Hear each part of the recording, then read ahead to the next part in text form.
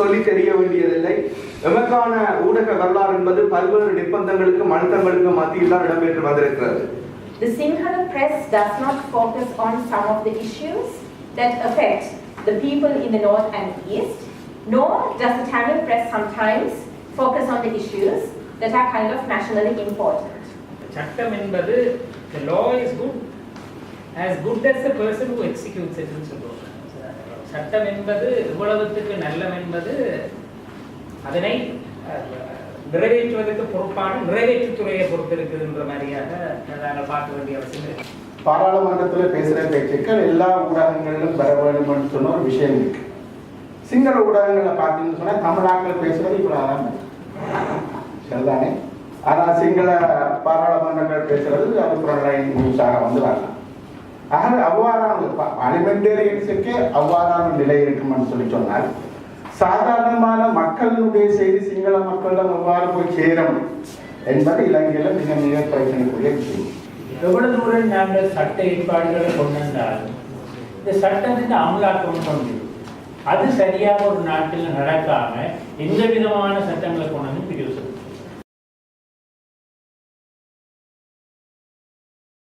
ஊடக சுதந்திரம் தொடர்பான செயல்பாடுகள் ஒன்றாக தகவலின் உரிமை சட்டத்தினை கொண்டு வந்திருந்த நிலையில் அடுத்ததாக ஊடகங்கள் தொடர்பான பேரவைக்கான இந்த வரைவு சட்டத்தை மக்களிடமிருந்து பெற்று அதை சட்டமூலமாக்குவதற்கான நடவடிக்கைகளை எடுத்திருக்கிறது. தென்னிலங்கையில் இது தொடர்பாக மாகாண ரீதியாக பெருமளவில் மக்களவை கருத்துக்கள், பொது அமைப்புகள், அரசியல் தலைவர்களது கருத்துக்கள் பெறப்பட்டு வடகிழக்கிற்கான முதலாவது வடக்கிற்கான அமர்வு இது இன்று இடம்பெறுகிறது. செய்தி ஊடக தரங்களுக்கான சுயாதீன பேரவை சட்டம் ஊடக வரலாற்றிலே, இலங்கை ஊடக வரலாற்றிலே ஒரு புதிய சட்டவாக்கத்தை திறக்கின்ற அல்லது ஒரு விவாத களத்தை திறக்கின்ற ஒரு முக்கிய அம்சமாக அமைகின்றது. இதுவரை காலமும் அரசாங்க தரப்பில் இருந்துதான் சட்டவாக்கங்கள் மேற்கொள்ளப்பட்டு வந்தன. இந்த முறை இந்த சட்டவாக்கம் என்பது அல்லது சட்டத்திற்கான ஒரு வரைவு வடிவம் என்பது முதல் தடவையாக சிவில் சமூகத்தின் பார்வையில் இருந்து முன்வைக்கப்படுகின்றது. இலங்கை ஊடக பொறுத்தவரையில் நான் சொல்லி தெரிய வேண்டியதில்லை. எமக்கான ஊடக வரலாறு என்பது பல்வேறு நிர்பந்தங்களுக்கும் அழுத்தங்களுக்கும் மத்தியில் தான் இடம்பெற்று வந்திருக்கிறது. சட்ட ரீதியாக இல்லாமல் செல்ஃப் ரெகுலேட்டரி சிஸ்டம் ஒரு அந்தந்த ஊடகங்களை தங்களை ஒழுங்குபடுத்திக் கொள்ற ஒரு முறைமை வந்து வரைக்குள்ள பாராளுமன்ற உறுப்பினர் அவர்கள் சொன்ன சில விஷயங்களும் அதுக்குள்ள உள்வாங்கப்படும் நினைக்கிறேன். சட்டம் ஒழுங்குநர்கள் இந்த ரெண்டுக்கு இடையிலையும் நாங்கள் சில விஷயங்களை பகிர்ந்து கொள்ள வேண்டியிருக்கிறது நினைக்கிறேன். First kind of draw your attention on the gap between the Sinhala and Tamil press. I would kind of like to say that both the Sinhala and the Tamil press are parochial in their own way. That is to say, the Sinhala press does not focus on some of the issues that affect the people in the north and east, nor does the Tamil press sometimes focus on the issues that are kind of nationally important. If you look at the series of protests that were happening in north and east, not a single Sinhala press focused on these. There were lots of protests demanding swift action on unemployment among graduates and also on missing persons, but the Sinhala press did not focus on any of these. And if you look at the erection of a Buddha statue that happened in Ampara, again, not a single Sinhala newspaper talked about this. The English press did, but it did so with inaccurate and misleading information. For example, one leading English newspaper reported the incident saying that Muslims protested against the construction of a building for the historic temple. But they conveniently ignored to mention that these protesters were actually the legal owners of this land. And then if you look at the solidarity protests that were held in the southern part of the country, with regard to the protests that were happening in Cape Papido, again, it was not reported in the Sinhala press. And then if you kind of turn towards the Tamil press, we can see that SITEM is an issue that is quite, that has aggravated a lot of press discussion in the southern part of the country. Unless the students, university students who protest against SITEM were attacked, again, that we did not see the Tamil press focusing so much on SITEM. So this kind of brings the disparity between the Sinhala and the Tamil press. we sometimes feel as if we live in two parallel worlds when we look at the way the Tamil and the Sinhala press function. To follow media ethics, if he or she is to report something with accuracy and with integrity. For this reason, a journalist has to be fair, independent, objective. It is difficult to be objective, that's why media ethics exists there in the first place. And the sole purpose of one of the main objectives of media ethics is to minimize damage. Because if you report something and if it is an inaccurate information, it can kind of bring enormous damage upon the party or the individual that will be reported on. Is it actually damage being minimized that we can see nowadays? ஊடகங்களை மேற்பார்வை செய்வது அல்லது ஊடகங்கள் செயற்படும் விதம் தொடர்பான கண்காணிப்பும் மேற்பார்வை செய்யும் அவர்களுடைய பிழையை திருத்துகின்ற பணி என்பது யாரால் செய்யப்பட வேண்டியது என்பது ஆரம்ப கட்டத்திலே கேட்கப்பட வேண்டிய ஒரு கேள்வி. அந்த கேள்விக்கு ஒரு இலகுவான பதிலும் இல்லை என்பது உண்மை. பொதுவாக உதாரணமாக சட்டத்தரணிகளுடைய தொழிலை எடுத்து பார்த்தீர்கள் என்றால் எங்களுடைய ஒழுக்காற்று சம்பந்தமான விடயங்கள் தொடர்பாக பிரதானமாக இருக்கக்கூடிய அமைப்பு பார் அசோசியேஷன் ஆஃப் ஸ்ரீலங்கா சட்டத்தரணிகள் சங்கம். அது ஒரு அரசு சாராத அமைப்பு. அந்த ப்ரொஃபஷன் தொடர்பாக அந்த தொழில் தொடர்பாக சட்டத்தரணிகள் விடக்கூடிய பிள்ளைகள் தொடர்பாக ஆரம்ப கட்டத்தில் நடவடிக்கை எடுக்கக்கூடிய ஒரு அமைப்பாக சட்டத்தரணிகள் சங்கம் மாத்திரமே இருக்க முடியும் என்பது அது ஒரு அரசு சாரா அமைப்பு என்பது முக்கியமானது. அதே போன்று நீங்கள் கணக்காளர்களுடைய விடயத்தை எடுத்து பார்த்தீர்கள் என்றால் அங்கே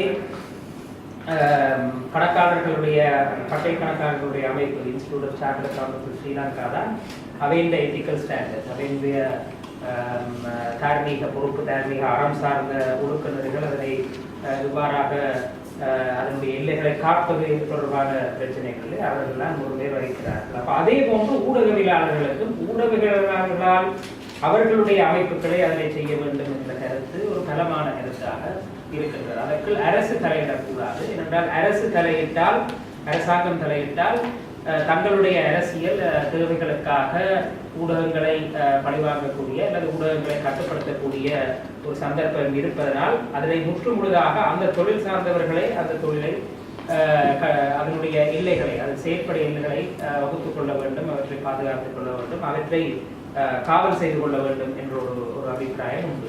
இன்னொரு பக்கம் பொதுவாக இப்படியாக அந்த இண்டஸ்ட்ரின்னு சொல்வார் அந்த அந்த அந்த தொழிலை சேர்ந்தவர்களே அந்த வேலையை செய்ய முடியாவிட்டால் அரசாங்கத்துக்கு ஒரு பொறுப்பு இருக்கின்றது.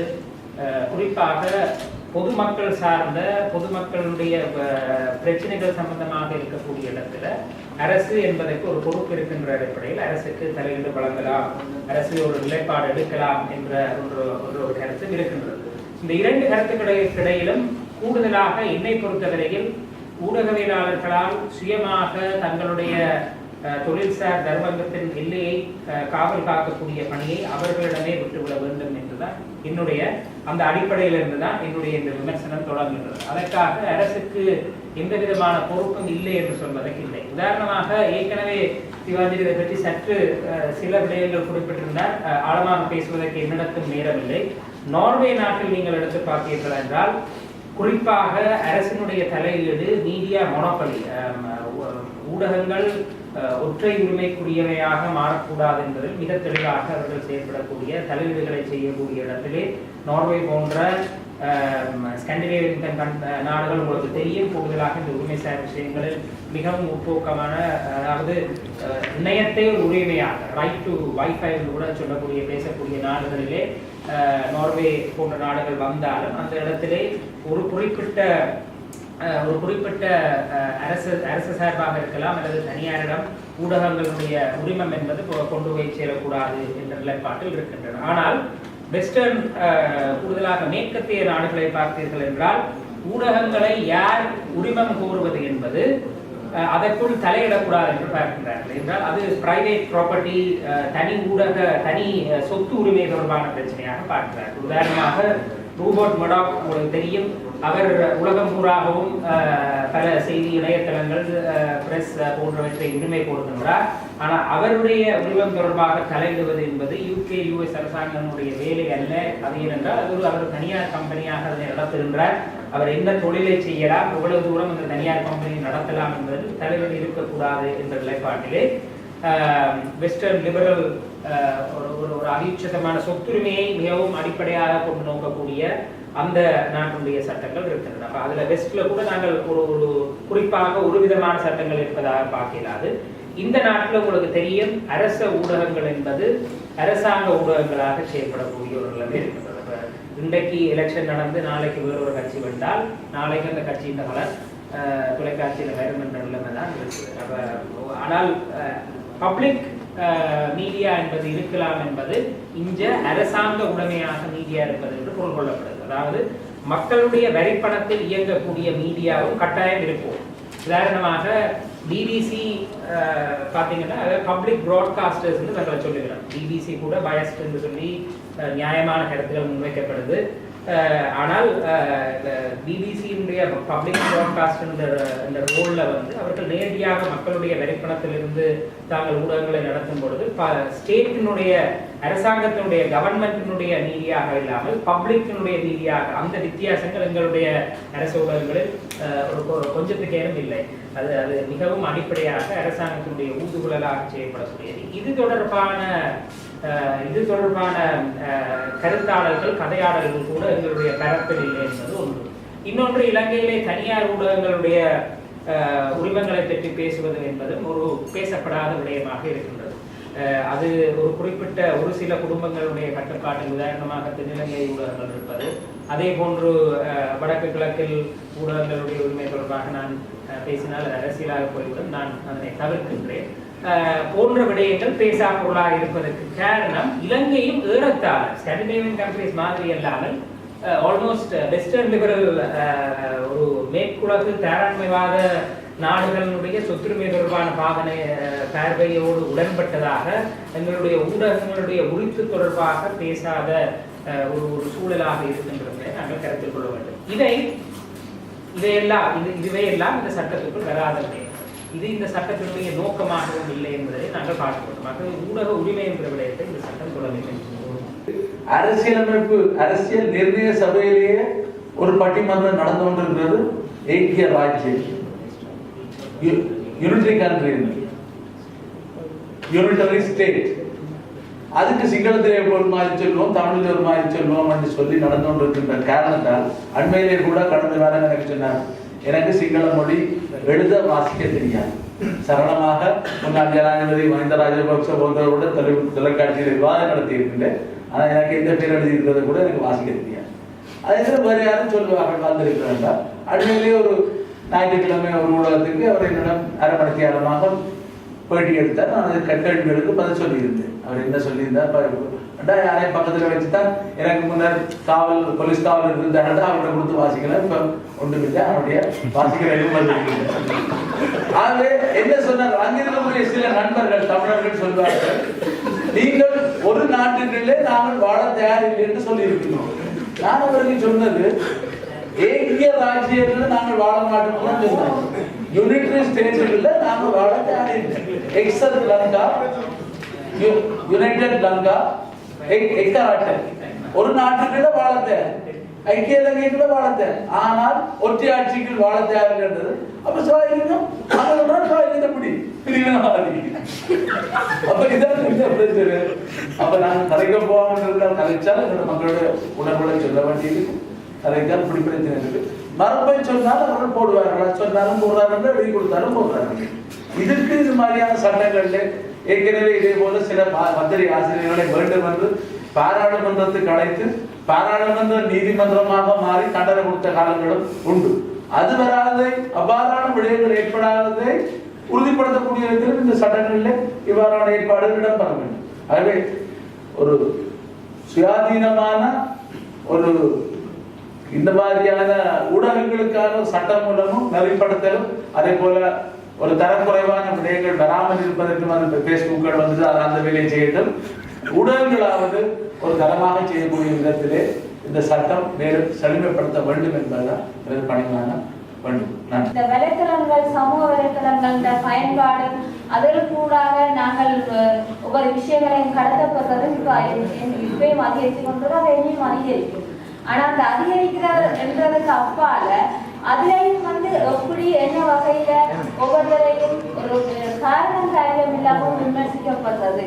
அந்த விமர்சனங்களை போய் நாங்கள் ஏற்றுக்கொள்ற இல்லையான்றதுக்கு அப்பால ஒரு கௌரவத்தை அவமதிக்கிற வகையில எல்லாம் அந்த சமூக வலைத்தளங்கள் இயங்கிக் கொண்டு இந்த செய்தி ஊடக நிர்ணயங்களுக்கான சுயாதீன பேரவை அவ்வாறான ஒரு கவுன்சில் ஒன்றை உருவாக்குவது. இதற்கு முன்பாக 2 விஷயங்களை பற்றி, ஒன்று இலங்கை ஊடகத்துறையில் சிங்கள ஊடகமும் தமிழ் ஊடகமும் தொடர்பாக ஆரம்பத்தில் சில விஷயங்கள் சொல்லப்பட்டது. நிச்சயமாக எல்லா தமிழ் மக்களை பொறுத்தவரையில் ஒரு கருத்து சொல்றதுக்கு எல்லா விஷயமும் சிங்கள மக்களுக்கு நீங்கள் இந்த விஷயங்களை கொண்டு போகலாம். எடுத்தெடுப்பில் சொல்ல வேண்டும், சிங்கள மக்களுக்கு நீங்கள் இந்த விஷயங்களை சொல்லலாம், சிங்கள மக்களோட நீங்கள் போய் பேசலாம். ஆனால் நாங்கள் சொல்றதை சிங்கள ஊடகம் போடலாம். ஆகவே சிங்கள மக்களுக்கு எப்படி தமிழ் மக்களுடைய கருத்துக்கள் போய் சேரும்? இதுக்கு இந்த கவுன்சில் ஏதாவது செய்யுமா? எனக்கு தெரியாது. அவ்வாறு வரக்கூடிய கவுன்சில் அவ்வாறான விஷயங்களை செய்யுமா? சில வேளை பாராளுமன்றத்தில் பேசுகிற பேச்சுக்கள் எல்லா ஊடகங்களிலும் வர வேண்டும்னு சொன்ன ஒரு விஷயம் இருக்கு. சிங்கள ஊடகங்களில் பார்த்தீங்கன்னு சொன்னால் தமிழாக்கள் பேசுறது இவ்வளோதான் சரிதானே. ஆனால் சிங்கள பாராளுமன்றங்கள் பேசுறது அது புறநிலை நியூஸாக வந்துடுறாங்க. ஆகவே அவ்வாறான பார்லிமெண்டேரியன்ஸுக்கு அவ்வாறான நிலை இருக்குமென்னு சொன்னால் சாதாரணமான மக்களுடைய செய்தி சிங்கள மக்களிடம் எவ்வாறு போய் சேரும் என்பது இலங்கையில் மிக மிக பிரச்சனைக்குரிய விஷயம். அது ஊடகவியலாளர் தகவலை அணுகுதல் என்பது அவருடைய தலையாய பொறுப்பு, அதான் அவருடைய மெயின் ஆக்டிங். அப்படி தகவலை அணுகுவதற்கு சில ஏற்பாடுகள் இருக்கின்ற பொழுது அது மறுக்கப்பட்டால் அந்த தகவல் அறியும் வழங்கும் அலுவலருடைய அந்த மறுப்புக்கு அடுத்து மேன்முறையீடு செய்யப்பட வேண்டும். அந்த மேன்முறையீட்டு அதிகாரியினால் விசாரிக்கப்பட வேண்டும். அவரும் மறுத்தால் தகவல் அறியும் ஆணைக்குழுக்கு செல்ல வேண்டும். அந்த ஆணைக்குழு மறுத்தால் தான் நீதிமன்றம் செல்ல வேண்டும்.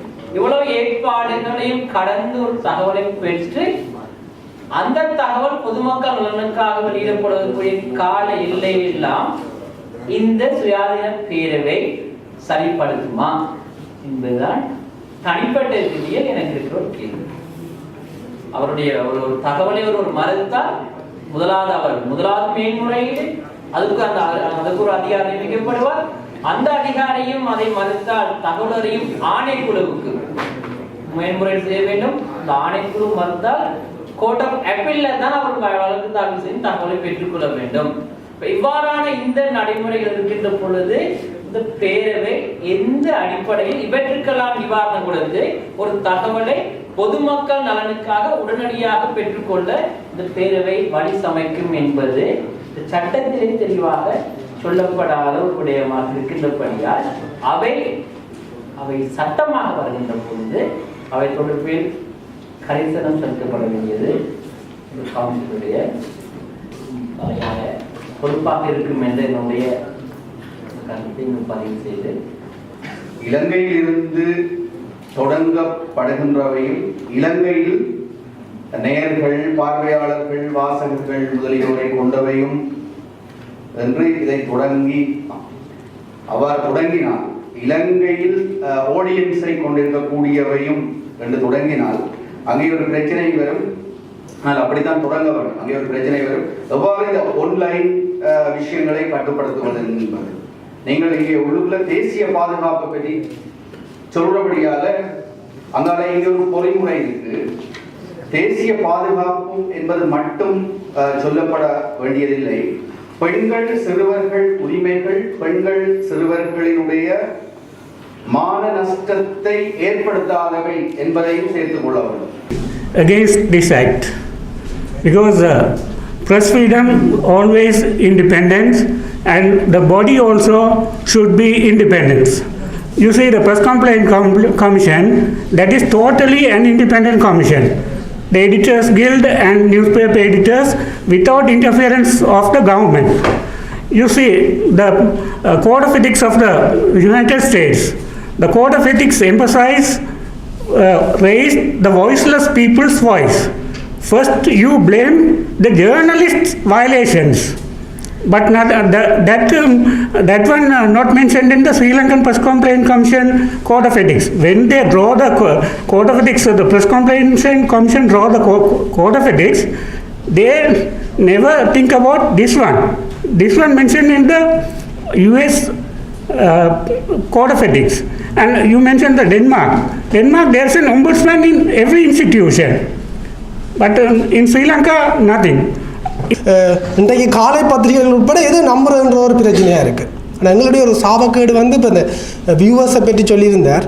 இப்போ பிடிக்காத பெண்டாட்டியை கட்டி வச்சாலும் தாலி கட்டினது என்ற குற்றத்துக்காக அவோடு தான் குடும்பம் நடத்தணும் என்ற மாதிரி சில ஊடகங்களை தான் நாங்கள் சில செய்திகளை பார்க்குறதுக்காக பார்க்க வேண்டிய ஒரு தேவை இருக்குது. ஆனால் அந்த செய்திகள் வந்து எவ்வளவு தூரம் இன்றைக்கு பார்த்தீங்கன்னு சொல்லி சொன்னால் ஒரு அரசாங்க அதிபர், ஒரு மாவட்டத்தினுடைய உயர் நீதிமன்ற நீதிபதி இவையே கூட ஒரு தரமற்ற வார்த்தை பிரிவுகளோட வர்ணிக்கின்ற இந்த செய்தி ஊடகங்களுக்கு மத்தியில் நின்று கொண்டு இந்த சட்டம் எவ்வளவு தூரம் கட்டுப்படுத்த போகுது என்றது எனக்கு ஒரு ஊடக சுதந்திரம் மற்றது ஊடக ஒழுக்கம். இன்றைக்கு நான் நினைக்கிறேன் இந்த ஊடக சுதந்திரம் கூடினதால் தான் இந்த ஊடக ஒழுக்கம் இல்லாமல் போயிட்டுன்னு சொல்லி.